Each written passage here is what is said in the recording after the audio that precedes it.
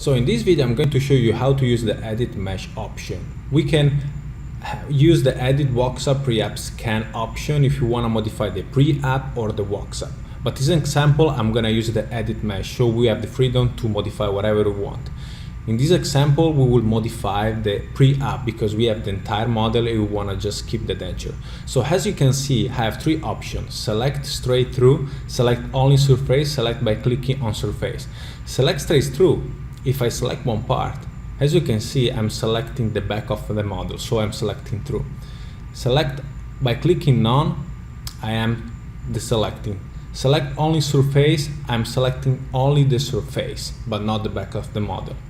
Then by clicking none, I deselect everything again.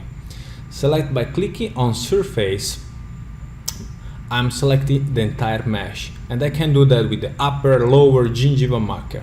So I click none. So in this example we will use the select straight through option, and we start to select the part that we don't want.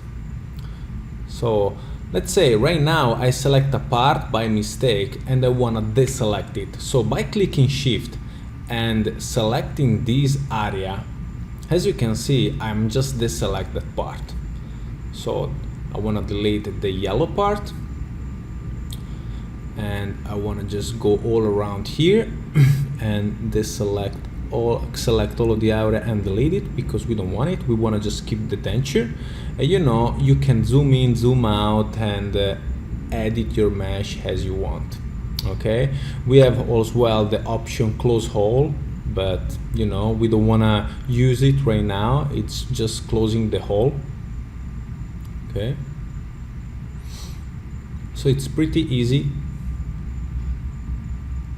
By zooming in you can be more precise, and yeah, this is pretty much everything, and I'll see you in the next video.